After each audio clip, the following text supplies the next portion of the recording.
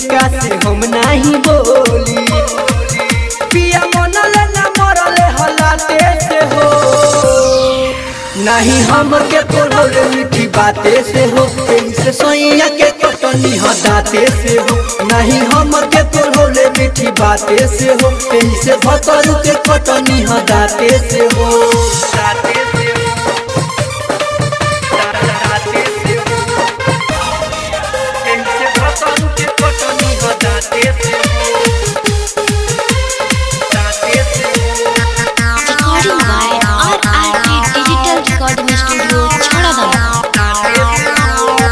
होली में कोइले पिया मुंड हमर गरम, तनको न लागो ताला जे औरी सरम। मार मुंड के का कहिनो होली में कोइले पिया मुंड हमर गरम, तनको न लागो ताला जे औरी सरम। उनका होई तकलीफ नहीं हर जाते से हो, नहीं हम के तोड़ले मीठी बातें से हो।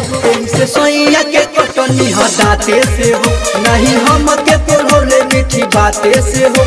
से भतरू के कटनी हदाते से हो।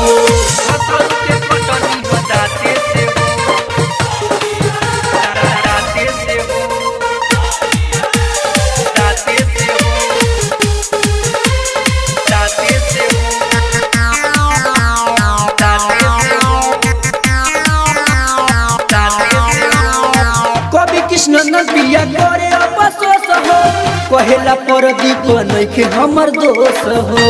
ए सखी सुना ना, कभी कृष्ण पिया करे अफसोस हो, कहेला परदीप नइखे हमर दोष हो। माफी मांगतानी दुनु जोड़ी हाथे से हो, नहीं हम के तोड़ले मीठी बातें से हो। से सोइया के कटनी हदाते से हो, नहीं हम के तोड़ले मीठी बातें से हो। से भतरू के कटनी हदाते से हो। Recording by RRT digital recording studio.